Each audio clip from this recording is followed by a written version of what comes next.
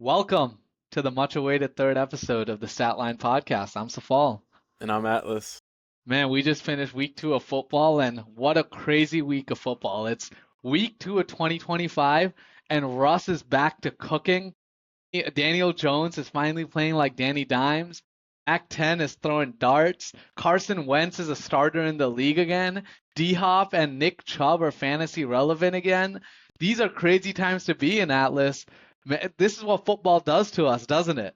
Yeah, man, you got wash players that are coming back into their prime at least for the first part of this season. You got new players on the rise, and there's so many superlatives here to start this 2025 season. I love it, man. But I mean, let's get started on the biggest game of this past week, though. Eagles versus Chiefs. The Eagles, win a close one against Kansas City. Kansas City did put up a pretty good fight. They had a nice 17 play drive that got cut short by, let's just call it what it is, a Travis Kelce drop, which turned into almost a pick six for Philadelphia. What did you make of that game, man? Super Man, Bowl rematch. it was a good game, but both teams were pretty flat. I'd say the Eagles took control of most of that game, but it got really tight at the end. You saw the Patrick Mahomes deep ball to Thornton, and had me sweating a little bit. But the Chiefs just aren't talented enough on offense right now in week two, week three to compete with a team like the Eagles. But speaking on that Travis Kelce play, man, I was fully expecting the Chiefs to come down and score a touchdown right there, and especially when you have one of the top two, top three tight ends of all time right there at the goal line with the ball in his hands, and he just pops it up in the air. And the rookie, Andrew Makuba, comes up and gets almost a pick six, like you said, like he was tripped up at the very end. But man, that's a great way to start your NFL career and pick off one of the goats of the quarterback position, Patrick Mahomes. So overall, I'd say it was good to get into the winning column again with the Philadelphia Eagles. But yeah, it was pretty lackluster performance from both sides. Yeah, and I just want to touch on Travis Kelce real quick. Travis Kelce obviously is no longer just a football player now. He's a, grade A celebrity in Hollywood. Everyone talks about Travis Kelce, and the first two games have not been Travis Kelce games, man. That first game, you can make an argument, cost the Chiefs 6 weeks of Xavier Worthy, and the Chiefs are paying for it right now. And the second week, if Travis Kelce doesn't drop that football, I think Kansas City comes down with the victory. I mean, don't you think? Like that has to be the turning point of the game, right? I'm not gonna say that they're guaranteed to win, but it would definitely turn the tide. They would have been up at that point, and it wouldn't have been pretty for the Eagles. But I will say this, as I was watching the game, I had a thought on Mahomes, and I want to talk to you about it. Patrick Mahomes, when coming into the league, you could make an argument was put into the greatest offensive situation in NFL history. He had Andy Reid calling up his plays, probably one of the greatest play callers of all time, one of the greatest offensive coaches of all time. He had Tyreek Hill as his wide receiver. Tyreek Hill at the time was already an All-Pro and a Pro Bowl All-Pro returner and a Pro Bowl receiver under Alex Smith. Travis Kelce was already there, and Travis Kelce was already an All-Pro tight end under Alex Smith. And like he had a solid offensive line. He had a well-functioning team. Remember, Alex Smith had taken the Chiefs to the playoffs a few years by this time, and the Chiefs were just a well-oiled offensive machine when Patrick Mahomes got in there, and Mahomes just took that ride and took it to a whole new level. You And can't and forget my boy Kareem Hunt too, man. oh, He for was sure, he was Kareem Hunt, electric that MVP one of the greatest season kickers in Mahomes had. NFL history. Ain't no way. Toledo legend. No, but in all seriousness, Patrick Mahomes had weapons galore when he came into the league. He had one of the best coaching staffs when he came to the league. Now he still has that same great coaching staff, but it was kind of a reminder that what comes around goes around in the NFL. And now Patrick Mahomes is facing what almost every young quarterback in NFL history has faced. Josh Allen didn't have this type of offensive line when he came in, right? Joe Burrow. Now Joe Burrow got Jamar Chase the very next year after he came back from injury, but 2020 Jamar Chase was not there, right? And there's just some Bryce Young right now, CJ Stroud now, like they've built around Nico Collins. Let's see what Nico Collins does, but None of these young quarterbacks come into a situation that is enviable. Caleb Williams right now, even though they tried to put the offensive pieces around him, they're now trying to get him an offensive head coach. It just hasn't clicked. For Patrick Mahomes, it clicked from the beginning. He was placed into a great situation, but now is when Patrick Mahomes, we're going to get to see the real Patrick Mahomes. He doesn't have his great receivers. The tight end that we thought was great is no longer that great all-time tight end. Travis Kelce, let's call it what it is washed. He doesn't have Xavier Worthy. He doesn't have Rashee Rice. He's throwing the ball to, Tyquan Thornton, who got cut from the Patriots of all the teams. I mean, think about that. Patriots are not a team that is known for having weapons, even under Tom Brady, right? Even when Brady was in New England, the Patriots are not a team known for having weapons, outside of obviously Gronk. But now Patrick Mahomes is overthrowing wide open Tyquan Thornton. Now he made it up after that. And it's kind of like a weird dynamic in that how much longer can we say is Mahomes the best? Because Patrick Mahomes now, when placed into a situation now, albeit a little bit an unfair situation, he's at a disadvantage. How long can Patrick Mahomes ride history and ride his prior year's play as his claim to being QB1 in the NFL? Do you think after this week Mahomes' reign as QB1 in the NFL has officially ended and now Lamar and Josh Allen have taken over? What do you think? No, I don't think his reign is over. I think you gotta just give him a few weeks. Wait till Worthy comes back. Wait till Rice comes back. You got Hollywood Brown starting to come as the number one receiver right now. Once those things all come into place, like we can really judge how good Mahomes is actually going to be the rest of this season. I think it's a little bit too early to tell like if he's not the best quarterback in the league right now because like you have to give him the benefit of the doubt. You didn't expect week one for one of his best options, Xavier Worthy, arguably the number one receiver at the time, to just get hit by their own player, Travis Kelce, and get out for a few weeks. You also didn't expect Rashee Rice to have the initial suspension the first 6 weeks of the season, rather than later on. He was expected to play the first four games of the season. So I think it's a little bit premature, Safal, to tell if Mahomes is really not him or not. But obviously he is still him, and I'm gonna give Patrick Mahomes the benefit of the doubt. What do you think? No, I mean, of course, like Patrick Mahomes is Patrick Mahomes. Andy Reid is Andy Reid. And in the NFL, if you have those two positions right, there really isn't much to argue here, right? If you have the right head coach and the right quarterback, everything else will come into place. And we've seen this in Kansas City over the past couple of years, right? We've had this same conversation about, is Mahomes done? Is the Chiefs dynasty done for the past 2 years? And they've made it to three straight Super Bowls. We can talk other examples in the NFL, right? In Baltimore, they've had a change of supporting cast since Lamar got in there, right? It used to be a run first offense. Lamar was a run first quarterback. They've now changed the offense. They've changed the receivers around him. They've changed the weapons around him, but they have the head coach John Harbaugh. They have the quarterback Lamar Jackson. Everything else plays out. Over in LA, they have Sean McVay, they have Matt Stafford. Everything else has changed. Aaron Donald's no longer there. Odell Beckham's not there. Cooper Kupp is no longer there. They're still winning games in the Rams. That's just how the NFL works. In Buffalo, Sean McDermott and Josh Allen are there. Everything else can change. As long as you have those two positions correct in the NFL, there really isn't much to worry. And I think the Kansas City Chiefs obviously have the right quarterback at the helm. They have the right head coach leading that quarterback. They're going to be just fine. Now let's talk about the Eagles, who you could also argue are in the same position. Do they have the right head coach QB combo? Jalen Hurts, Nick Sirianni. Now there was a little bit of smack talk between Chris Jones and Jalen Hurts, but we do have to talk about that Jalen Hurts performance, even though it came in a win. Throwing 100 yards in 2025, 116 total quarterback yards. What do you make of that? Do you think that was just Jalen Hurts quarterbacking his team to victory, or do you think that the Eagles have something to worry about as well? I think what they have to worry about is not Nick Sirianni, it's not Jalen Hurts, it's the new offensive coordinator Kevin Patullo. Like you can't go from Kellen Moore to Kevin Patullo and think that there's not going to be a significant drop off at least in the first few weeks of this new program starting.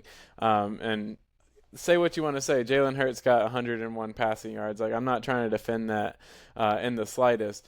But when you look at the routes that were being produced by the receivers, when you're looking at the run game, it really wasn't all there, and that is honestly a fault to Kevin Patullo solely. So I'm going to put all the blame on the new offensive coordinator. It might be a little bit premature to do that, but at the same time, Jalen Hurts, all he does is win. If you gave him an offensive-minded coordinator that could actually scheme for deep balls and bigger pass plays, then I think that would be how the offense ran. Patullo decided that he wants to run the ball, have Jalen run the ball, and throw little slant routes and out routes whenever needed. Unfortunately, you don't have your security blanket, Dallas Goedert.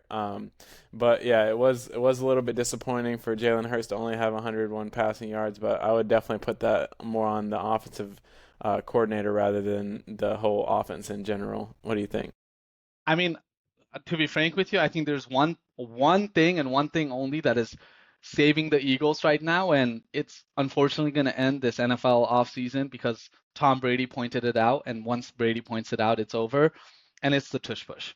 If the tush push does not exist or gets banned, I don't know where the Eagles go because that game was basically won because the Eagles could run the tush push, right? They ran it like 3 or 4 times that game. They were successful a few of them. They failed a couple of times, but when they failed, it was a 3rd and 1, and then they got it on 4th and 1. So the Eagles are kind of playing in a 1st and 9 scenario when every other team is playing a 1st and 10, and they are using that advantage to their fullest potential. Once Tom Brady comes at the tush push and says, "Hey, this is illegal. Hey, these guards are jumping off sides. They're false starting." I think refs are going to start to take notice of that. I know it's a very hard play to officiate, but I think going forward this season, you are going to see false starts being called on the tush push. And this offseason, the NFL, unfortunately, will be banning the tush push. And we got to see how the Eagles react to this. Look, I'm like Jordan Mailata. It makes my blood boil when I hear this tush push BS that is spewing all over the internet right now. You got Tom Brady calling us out. I mean, look, the Packers tried to do it. The Bills tried to do it. They were unsuccessful, and so they wanted it banned. And guess what? The vote came down, and the Eagles still have the tush push for this season. So I think we should table this debate until the off season. Whatever is going to be called is what's going to be called this season, and that's why I'm hoping that the Eagles win the Super Bowl. But it's not a disadvantage for other teams to not be able to run the tush push. They can run it just as the way that we do. It's not our fault that they're not successful in it. So that's my take on it. You can ban it next year if you want, but it's not going to happen until the off season. So let's table that debate until then. Well, I mean, I got to give credit where credit is due. Jalen Hurts is one of the only active quarterbacks to be able to beat Mahomes in multiple games. Jalen Hurts has beaten Mahomes in 3 straight games now. Now let's shift the focus to another quarterback who's beaten Patrick Mahomes 3 times in his career, Joe Burrow. Joe Burrow is injured. He's going to be out until mid-December at the earliest. He's out for 3 months with a toe turf injury. Is turf toe or whatever it's called. Yeah, it's crazier It's than I've actually ever a seen. lot harsher than it sounds. It just sounds like, oh, turf toe injury, but it's actually the I guess the bone that allows you to like get on your heels and like get on your tippy toes and whatnot. So it's a pretty important bone when you're trying to play quarterback, where your footwork is like everything for a quarterback. So what do you make of this Joe Burrow injury? Where do the Bengals go from here?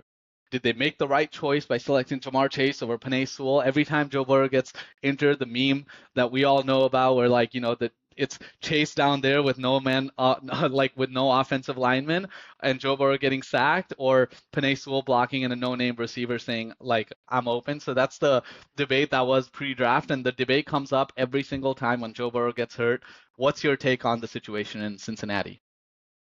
Man, it just sucks. It sucks as an NFL fan because you hope that the Bengals are going to rise to the occasion this year, and this is going to be the year that Joe Burrow gets back level with Josh Allen and Lamar Jackson and Patrick Mahomes as the top playoff performer, or Obviously, as you mentioned, Lamar has his struggles in the playoffs, but that's not an issue for Joe Burrow. Unfortunately, he just can't seem to stay healthy, and week 2 he gets a turf toe injury, crazy injury, and I did not expect that to be a 3 to 4 month diagnosis, but it really sucks as an NFL fan, seeing Joe Burrow not be able to play.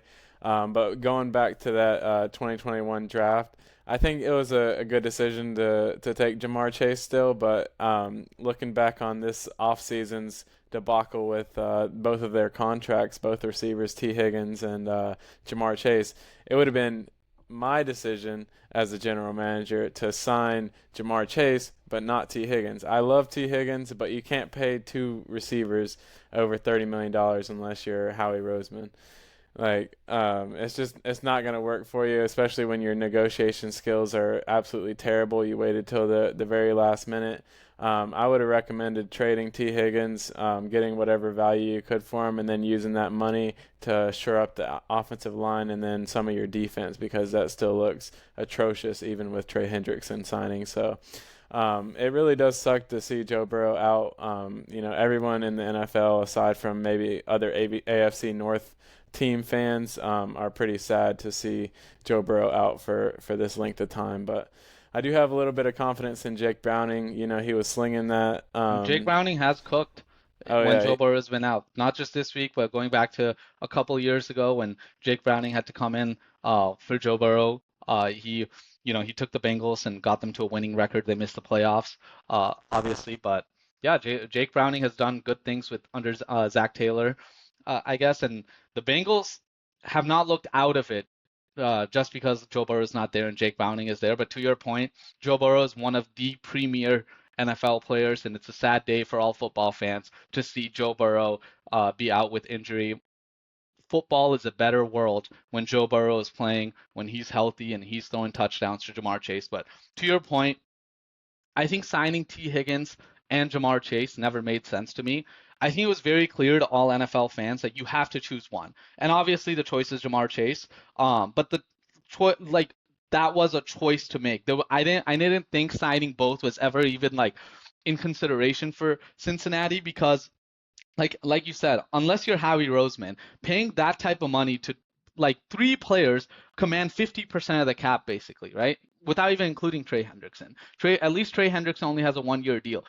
Cincinnati Bengals are beholden to three players owning 50% and 45% of their cap for the next couple of years.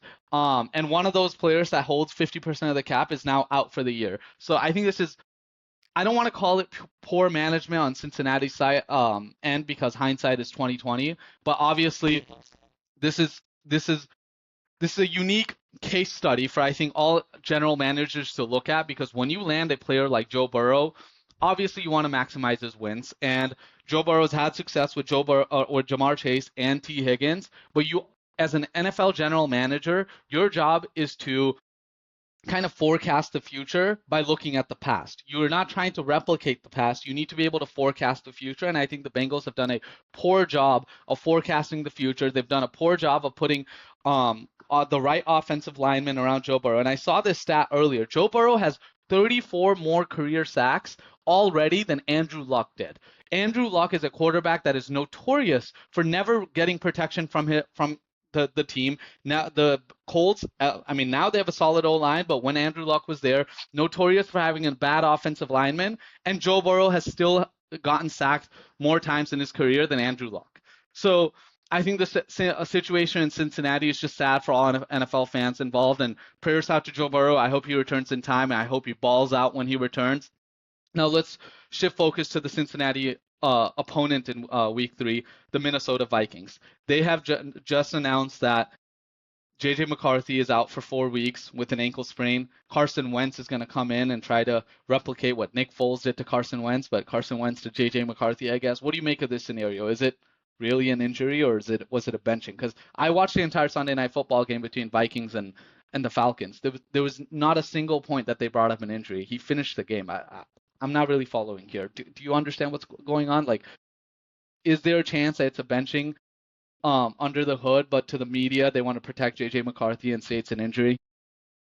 I mean, I think it's still an injury. It may not be as severe as they're leading people on to say, but I think, if you look at JJ McCarthy's first week against Chicago, he was looking like garbage for 3 quarters, as we mentioned last week.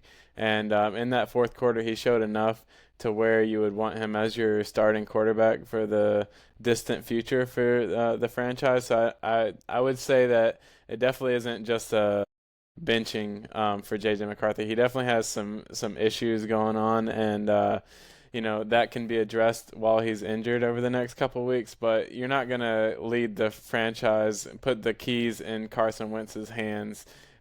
Just willy nilly, just because JJ McCarthy was garbage most of week 1 and 2.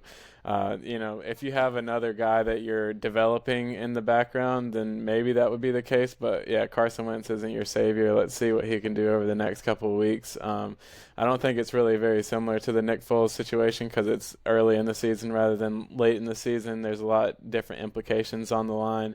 But I think it's a great opportunity for Carson Wentz. He's been a NFL journeyman, played for a good amount of teams now, had his opportunities both as a starter and backup quarterback. So, this is the perfect situation for him. Got an offensive-minded head coach, Kevin O'Connell. If One of anybody's the going to be best in the able, business. one of the best in the business. If anybody's going to be able to turn Carson Wentz around, it's going to be him.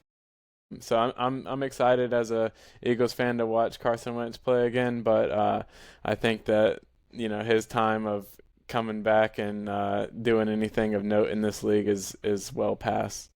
Yeah, well, I just want to make this point that in the NFL over the past few years, there's always been a quarterback that's had a resurgent moment. In 2022, it was Geno Smith. In 2023, it was Baker Mayfield.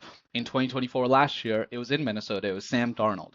Now Carson Wentz has that perfect opportunity under Kevin O'Connell, the same guy who got Sam Darnold out of his slump, right, and made Sam Darnold a $100 million quarterback. Carson Wentz now has that same opportunity to do what these three quarterbacks that I just mentioned, and I wish Carson Wentz luck because I still remember that 2017 Philadelphia season, and he was the surefire MVP until he tore his ACL. Carson Wentz is a guy that has all the talent in the world. He just hasn't had it together. Maybe it's coaching, maybe it's decision making, whatever it is. Kevin O'Connell is the guy to shore that up, fix that up, use the talent to its advantage. So I'm excited to see what Carson Wentz does. Hopefully JJ McCarthy is okay and the injury's not too serious. But I also want to talk about the decision that Minnesota made this offseason, right?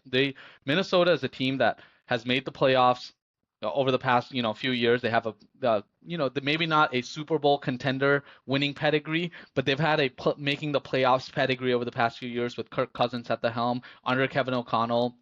They won like 13 games a few years ago when they lost to the Giants in the wild card round. They last year obviously they won 14 games, looked like Super Bowl contenders until the last week of the season when they lost to Detroit, and then obviously the beatdown that they suffered from the Rams. They took the roster that they knew had Super Bowl potential. That defense was Super Bowl caliber last year, and they made the decision to get rid of Sam Darnold, a guy that took them to 14 wins. They made the decision to not bring in Aaron Rodgers. Remember, Aaron Rodgers had shown interest of coming into Minnesota as like a 1 year rental. And they said, we're going to hand the reins of our team to JJ McCarthy, a team with Super Bowl aspirations, a team that is ready to win now. They handed the keys of the franchise to I guess not a rookie because he wasn't drafted this year. He was drafted a year before, but to a guy that didn't have real NFL action under his belt. What do you make of that decision now? Seeing how JJ McCarthy played the first 2 weeks, now that he's out and Carson Wentz is coming in, do you think Minnesota made the right decision there? Um, I guess time will tell on if they made the right decision or not, because I think JJ McCarthy is still going to be a good player in this league. But he just needed a little bit more time, I think. I think it would have been a smarter decision, obviously, to sign Aaron Rodgers and then have JJ McCarthy wait a little bit longer, because it's only inevitable that Aaron Rodgers has had injury history, and there may have been a chance if he was in Minnesota that he could have got injured, and JJ McCarthy would have stepped in week 2, week 3, anytime, later in the season. Obviously, as a Aaron Rodgers fan, you would want him to play the full season, but stranger things have happened. But I don't think they made a bad decision by getting rid of Sam Darnold, because I don't think that he was ever going to win them a championship or many playoff games. You invested way too much in J.J. McCarthy to sign a long-term deal with Sam Darnold, so I think the only option would have been to get Aaron Rodgers or Daniel Jones. Um, See, that's another thing to consider. They had Daniel Jones in their quarterback room, and they decided to let him go as well. And Yeah, then that now another QB. yeah, and Yeah. now he's on Indianapolis, doing crazy things. One of the only team in NFL history that hasn't punted through 2 weeks in the NFL season. So some crazy things happening. But overall, I don't think they made a bad decision. I think that he just needs to figure it out fast, over the next few weeks while he's injured. See what Carson Wentz can do, but at the same time, just be ready for the moment and be ready for when he gets back into action. You also got Aaron Jones out, which is not the best, for his development anyways. So by the time they both get back, I think they'll both be back in sync, and hopefully Carson Wentz can get them a few wins to help them along the journey. Yeah, let's see what the battle between Jake Browning and Carson Wentz looks like this week. We'll get to see both backup quarterbacks in action under their offensive head coaches, Zach Taylor and Kevin O'Connell. Now let's shift focus to what I think is the premier matchup of week 3 in the NFL, the Philadelphia Eagles, Los Angeles Rams. You've got two Super Bowl contenders in my mind. Matthew Stafford and Sean McVay are always a threat to to be a Super Bowl contender. Obviously, we know about the Eagles roster and their pedigree. What do you make of this matchup, especially after what we saw in week 2 from both teams? You know, the Rams look good against Titans. They looked a little better in week 2 than they did in week 1. What do you make of this? Well, I mentioned this last week. I'm really worried about the Eagles' cornerback two position still. Like, Adoree Jackson didn't get burnt as bad as he did in week 1 against Dallas, but there's a couple plays where he was just not there on defense, and it was just, a missed pass by Patrick Mahomes that bailed him out. And so I think week 3, when you have Puka and Devontae Adams out there on the outside for the Rams, I don't think that he'll be able to get bailed out. I think that Matthew Stafford is just going to dice up this Eagles defense, and if the Eagles want to have a chance in this game, they're going to have to score a lot of points. And I don't know right now if they're capable of doing that with this offensive coordinator and the current offense that the Eagles have right now. But I think it'll be a close game. But the Rams are going to put up some points, so it's going to be up to the Eagles to match that. I think Kyron Williams is going to get back on track. I know he wasn't as good last week. I know you had Blake Corum come in and rob a touchdown from him at the end of that game. But overall, I think that it's going to be a great game. I'm really excited for it. But seeing last year's game, especially the playoff game against the Eagles from the Rams, man, I would be worried as an Eagles fan. So it should be a Showtime matchup. I can't believe they put it at the 1 o'clock slot. I mean, no, that's a travesty by Fox, man. They put the Bears and Cowboys with their A team with Tom Brady on the call, and they put the Eagles Rams at the 1 o'clock slot. Crazy work by Fox, but to stay on the point, it's a weird game because obviously the Eagles beat the Rams in the regular season and the playoffs last year. The Eagles ended up winning the Super Bowl, but the Rams are almost unbeatable except for when they play the Eagles. They're like 10 and 0 in their last like 12 games when they don't play, or 10 they've won the last 10 games that they've played when they haven't played the Eagles. And they're 0 and 2 when they play the Eagles. It's honestly a really great matchup. Even that playoff game last year, right? Obviously, Saquon Barkley went off. He went off in both games, the game in LA in the regular season and the one in Philly in the snow. But if you remember that game, Matthew Stafford almost got the Rams back into the game. The Eagles had like a 15-point lead, or I think it was a 13-point lead with 4 minutes and 20 seconds left to go, and the Rams drove down the field, got the ball back, and Matthew Stafford was at like the 25-yard line, and Jalen Carter sacked him, which iced the game, but that was a very close game. This is a matchup of two high-profile teams, two teams that are both undefeated into this season. These are two teams that were both Super Bowl contenders coming into the season, going at it against each other. It's going to be a great game. Can't wait. Uh, I think honestly, I don't know what to do in this game because if I'm a betting man, I don't know if I can ever bet against Sean McVay and Matthew Stafford. I think that's a game that I stay away from. but I think the Eagles are going to pull this one out. The tush push is, it's such a huge advantage for Philadelphia over any other team. They're at home. They're fired up about, the Super Bowl matchup. I think they pull this one. What do you think? I think it's gonna be a close game. I'm gonna go with the Birds again, but I think Jared Verse will be pretty pissed off at Jalen Hurts again this game, especially for the tush push. So I'm excited for the game. Yeah, and let's talk about the other premier game of Week 3. The Lions go up against the Baltimore Ravens on Monday Night Football. You've got the Lions coming off of a 50 burger in Chicago. You've got the Baltimore Ravens coming off of, you know, the it was kind of a struggle fest against the Browns early on, but then later on they ended up pulling the game out. The game kind of ended in blowout fashion, and obviously the Ravens had their emotional loss against Buffalo in Week 1. Now they're up against Detroit. I think it's a game in or no, the game's in Baltimore. I thought it was in Detroit, but the game's in Baltimore at home, hosting Jared Goff, hosting Dan Campbell. What do you make of this game? Man, this is I'm more excited about this game honestly than the Rams Eagles game because you got two of the teams that really should have made the Super Bowl last year, at least should have made the conference championship games, but they kind of floundered, at the end of the season into the playoffs. You had the Lions lose to the Commanders, and then you had the Ravens lose to the Chiefs, I believe, right? Um, or the Bill. Sorry, it was the Bills that they Bills, lost Bills, to. yeah. Yeah, but either way, yeah. No, I'm so excited for this game. You got Derrick Henry, who came off of a low-key terrible performance against Shit the bed. the Cleveland Let's Browns, call it what but it is. He shit the bed. After a fantastic Week 1 performance, he shit the bed in Week 2.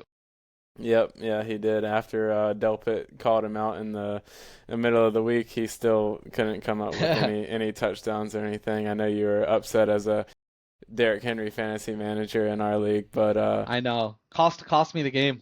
yep, man. Shout out Danny. But anyways, I would say that yeah, I'm definitely really excited for this game. I think it'll be an offensive shootout. I don't know if either defense can keep up with either offense. You're gonna have Amon Ra, who just came off of a three-touchdown performance, versus Zay Flowers out there. I think Zay Flowers is one of the most underrated receivers in this league, and you got Lamar, obviously MVP form already, and man, I'm very excited. I don't know who to choose for this one though, but since it's in Baltimore, I'm gonna pick the Ravens. Who you got? Yeah, I think I'm going to take the Ravens as well. I think Detroit bounced back pretty well, but I'm still a little wary of Detroit. The fact that they've lost both coordinators, the offensive coordinator and the defensive coordinator. Philadelphia went through this situation a couple years ago, and they started 11-0, but they kind of fell from earth, and it hit them by the end of the year. And remember, the Lions did not really look that good against the Packers. I think Week 2 can be more attributed towards maybe the Bears are just really bad rather than Detroit being good. But we know Baltimore is a known entity. They're a made man in the NFL, right? Especially in the regular season. Lamar's fantastic in the regular season. The Baltimore Ravens are fantastic in the regular season. This is a home game, night game in Baltimore. The crowd's going to be pumped. Derrick Henry's going to want to get back to his form after the lackluster performance in Week 2. I think Lamar's going to cook. Give me the Ravens all day, every day in this game. Now let's quickly touch on the Thursday night game between the Dolphins and the Bills. I think it's pretty obvious who you have in this game, but do you think that this is going to be a competitive game at all? I mean, in division matchup, I think it could be closer than we expect, but there's been some blowouts in this series before, and I think it could be easily the same way. The Bills have not shown anything to disprove that they're a juggernaut in this league, and just what they did to the Jets, I think they could do the same thing to the Dolphins. Let's see if Tua can get things back on track. But if this is another one of those games like Week 1 and Week 2 for the Dolphins, I could see Tyreek Hill publicly announce a trade request right after this game. Maybe it's mid-game, man. I But could I see just it. gotta say, the Dolphins get a huge break from the NFL scheduling team that they get to go to Buffalo in September and not in December. So if I'm the Miami Dolphins, I want to take advantage of this situation because you do not want Tua Tagovailoa out there in 20-degree weather amongst the Bills Mafia, jumping over tables, getting ready for the game. But this is going to be a Thursday night game in September, like you said, in division matchup.